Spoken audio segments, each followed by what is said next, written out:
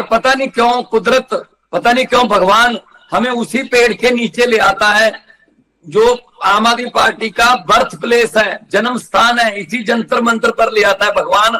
ये प्रोग्राम, ये आज का जो प्रोग्राम है, ये पहले से ही तय था, लेकिन जज साहब का फैसला ऐसा आ जाएगा ये हमें पता नहीं था।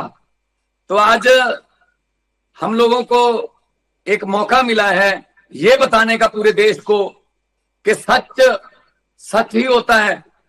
सच बोलने का सबसे बड़ा फायदा एक होता है कि उसको एक बार बोलकर दोबारा याद नहीं रखना पड़ता। जहां भी बोलोगे सच ही बोलोगे। झूठों को याद रखना पड़ता है कि पिछली बार क्या कहा था, अब इस साल क्या कहें। कई बार वो जीएसटी का विरोध कर चुके हैं, बाद में जीएसटी लगानी पड़ गई। कितने फैसले हैं मोदी जी जिनका विरोध करते थे, बाद में उन्हीं को बदलना पड़ गया अपने फैसलों को। पहले झूठ बोलते थे, तेल की कीमतों पर बोलते थे मोदी जी कि इतनी बढ़ गई हैं, अब अभी तेल की कीमतें उससे भी ज्यादा बढ़ गई, अब कह रहे हैं ये मास्टर स्ट्रोक है।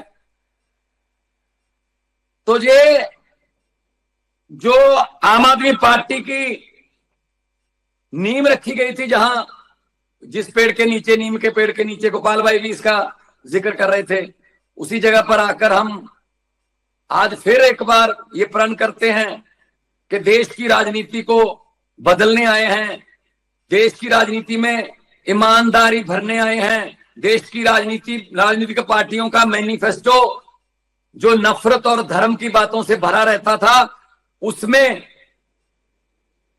हर पार्टी के मैनिफेस्टो में स्कूलों की बात, अस्पतालों की बात, बिजली की बात, रोजगार की बात, इंफ्रास्ट्रक्चर की बात, ये बातें अरविंद केजरीवाल जी ने लिखने पर मजबूर किया है दूसरी पार्टियों को। नहीं तो धर्म और जाति के सिवा और कुछ करते ही नहीं थे। तो अरविंद केजरीवाल जी हमारे लीडर हैं और उन्होंने बता दिया है कि अगर कुछ भी तय कर ले इस देश का नागरिक, इस 140 करोड़ अगर तय कर ले कि ये काम करना है तो हो जाता है। भगवान साथ देता है, सच्चे लोगों का भगवान साथ देता है। तो आज इस मौके पर मैं आप सबको यही कहना चाहूंगा कि ये सारे देश में, पूरे देश में जाकर हमें बताना होगा, अपने रिश्तेदारों को, दोस्तों, मित्रों को आप भी फोन करिए कि भाई ये सच की जीत हुई है।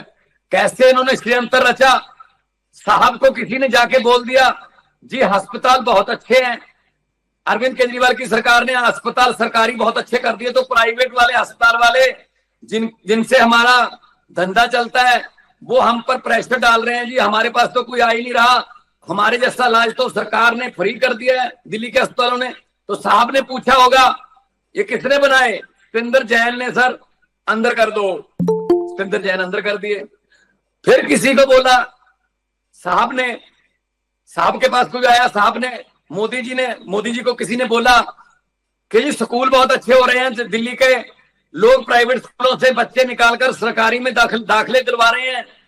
सर प्राइवेट स्कूल वालों से जिनसे हम चंदा लेते हैं, फंड लेते हैं, वो कह रहे हैं किस बात का फंड दें, सारे बच्चे तो उधर जा रहे हैं, पढ़ाई एक जैसी हो गई, उधर फीस माफ है, हमें कोई फीस कौन देगा। तो मोदी जी ने पूछा होगा किसने बनाए, मनीष सिसोदिया ने, अंदर कर दो, जेल में डाल दिया जी।